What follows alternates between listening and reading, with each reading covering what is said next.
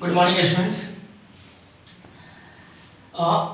As you know that I have started this chapter, what is democracy and why democracy, and I had also arranged some important questions for you. And now I have arranged some questions for you. Question number one: write any five arguments against democracy. देखिए arguments कोई 5 arguments लिखना है democracy के विरुद्ध, जो मैं आपको notes के थ्रू भी बता चुका हूँ। आइए मैं आज फिर से उसको रिवाइज कर देता हूँ। There are 5 arguments against democracy. देखिए, इट लीड्स टू इंस्टेबिलिटी। ये क्या होता है? ये इसमें अस्थिरता पैदा करती है लोकतंत्र में। जैसे कि मैंने आपको बताया था नोट्स में कि किसी ग्रुप के लीडर जब चेंज करते हैं तो उससे क्या होता है? लोकतंत्र क्या रहता है? अस्थिरता आ जाती है। Second, democracy is all about political competition and power play. लोकतंत्र जो है, लोकतंत्र में केवल राजनीतिक प्रतियोगिताएं नहीं बल्कि उसके साथ सत्य का भी खेल है, जहाँ पे मॉडलिटी का कोई भी गुंजाइश नहीं है। वहाँ पे हम मॉडलिटी की उपेक्षा नहीं कर सकते हैं। Democracy leads to corruption for it is based on electoral corruption. देखिए, लोकतंत्र में जो है चुनावी प्रक्रिया में बहुत ही ज़्यादा पैसे खर्च होते हैं, जिससे कहीं ना कहीं ये भ्रष्टाचार, चुनाव जो है वो भ्रष्टाचारित हो जाता है। तो ये भी भ्रष्टाचार से जुड़ा हुआ है, क्योंकि ये जो है चुनावी भ्रष्टाचार पर आधारित होती है। Elected leaders do not know the best interest of the people, it leads to bad decisions. और जो चुने गए जो लीडर्स होते हैं वे नहीं जानते हैं कि जनता के अधिकार, जनता के आपके लिए क्या अच्छा है, इसलिए कभी कभी क्या होता है कि बैड डिसीजंस भी देखने को मिल जाते हैं। और लोकतंत्र में बहुत सारे लोकतांत्रिक व्यवस्था में बहुत सारे लोगों से चर्चा करनी पड़ती है, मिलने जुलने पड़ती है, बहुत सारे मीटिंग करने पड़ते हैं, जिसकी वजह से क्या होता है? कोई भी निर्णय लेने डिले होता है। तो ये था आर्गुमेंट्स अगेंस्ट डेमोक्रेसी।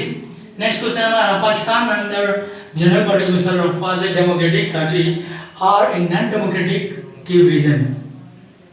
देखिए, आपको बताना है यहाँ पे कि पाकिस्तान जनरल परवेज मुशर्रफ का अंतर्गत जो पाकिस्तान था वो एक डेमोक्रेटिक कंट्री था या नॉन डेमोक्रेटिक कंट्री था। आंसर में लिखा है general Parvez Musharraf is considered the one of the worst leader of Pakistan. General Parvez Musharraf को पाकिस्तान का सबसे बुरे लीडर में से एक माना जाता है। He belong to military groups, वो मिलिट्री ग्रुप से बिलोंग करता था। He amended constitution according to his own will and for his personal benefits.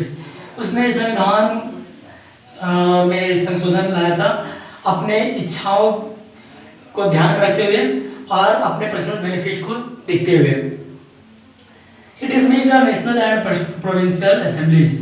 उसने प्रोविंशियल असेंबलीज और नेशनल असेंबलीज को ये डिसमिस किया था। Final power was rest with military officers.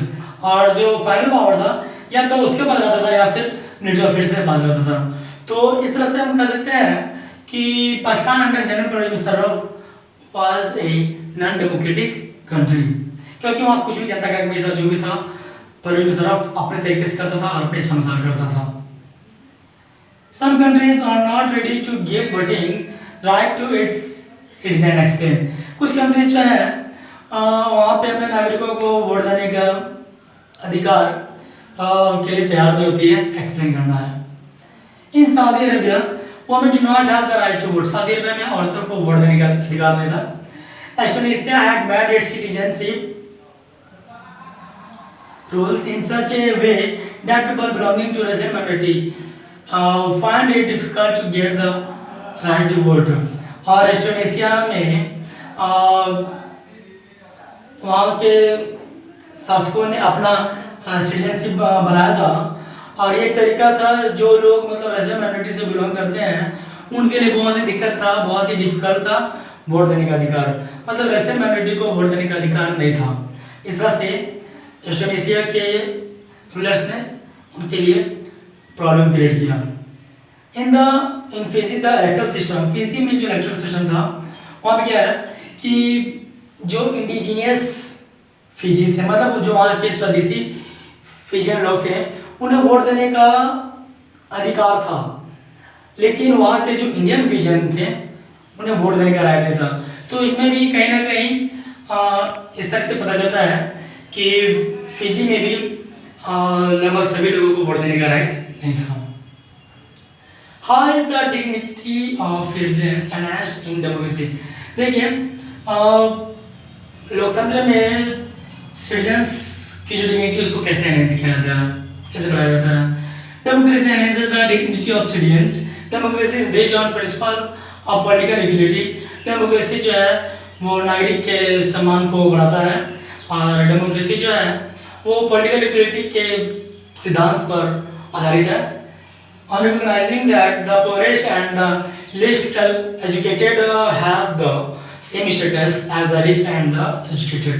देखिए लोकतांत्रिक देश में देखा जाता है कि लोग चाहे बहुत गरीब हो या कम पढ़े लिखे हो उनको भी वही स्टेटस प्रोवाइड किया गया है जो स्टेटस अमीर और पढ़े लिखे लोगों को प्रोवाइड किया जाता है। और all the citizens are equal before the law, मतलब कानून के सामने जो है सभी लोग समान हैं। तो इस तरह से हम कह सकते हैं कि डेमोक्रेसी जो है वो एनहांस करता है डिग्निटी ऑफ सिटीजन्स को। Next question, how is democracy considered the best form of government? देखिए डेमोक्रेसी को कैसे best form of government consider किया जाता है, मतलब कैसे सबसे अच्छा सरकार का रूप माना जाता है। तो मैंने बहुत सारे डिस्टिंग्विश आपको बताए नॉन डेमोक्रेटिक और डेमोक्रेटिक गवर्नमेंट के बीच में। तो आइए फिर से उससे रिपीट करते हैं। Democracy is considered the best form of government because of flowing reason. ठीक है, कुछ फ्लोइंग रीजन के कारण से हम कह सकते हैं डेमोक्रेसी को best form of government. First of all it provides the method to deal with differences and conflict. ये क्या करता है, जो भी डिफरेंसेस होते हैं फिर जो कंफ्लिक्ट होते हैं उसको डील करने का मेथड प्रोवाइड करती है। मतलब जैसे मान लीजिए कहीं किसी से आपका झगड़ा हो गया या कहीं किसी भिन्नताएं देखने मिल गई तो उसको सॉल्व करने का मेथड प्रोवाइड करती है democracy. It allows us to correct its own mistakes, और ये हमें अलाउ करता है कि हमने जो भी गलती की है उसे सही करने का मौका देता है। और मतलब मान लीजिए हमने कुछ गलती कर दी है तो उस गलती में सुधार लाने के लिए हमें ये चांस प्रोवाइड करता है। It improves the quality of decision making. यह डिसीजन मेकिंग की क्वालिटी में भी इम्प्रूवमेंट लाता है, मतलब जो भी निर्णय लिया गया है तो उस पर बहुत सारा लंबा बहस होता है, मीटिंग होता है, बहुत सारे लोग जुड़ते हैं और अंततः जाकर उसकी क्वालिटी में जो भी त्रुटियाँ होती है उससे दूर की जाती है। इस तरह से डिसीजन मेकिंग में इम्प्रूवमेंट आ जाता है। Fourth, it enhances the dignity of citizens, जो कि मैंने अभी आपको बताया। ये क्या करता है, लोकतंत्र जनता के जो भी डिग्निटी होती है उसका सम्मान होता है उसको एनहांस करता है, उसको बढ़ाता है। तो ये था हमारा आज का कुछ क्वेश्चन है सर, बाकी जो बचे हुए हैं वो मैं कर रहा हूँ। ओके, थैंक यू, आज के लिए इतना ही।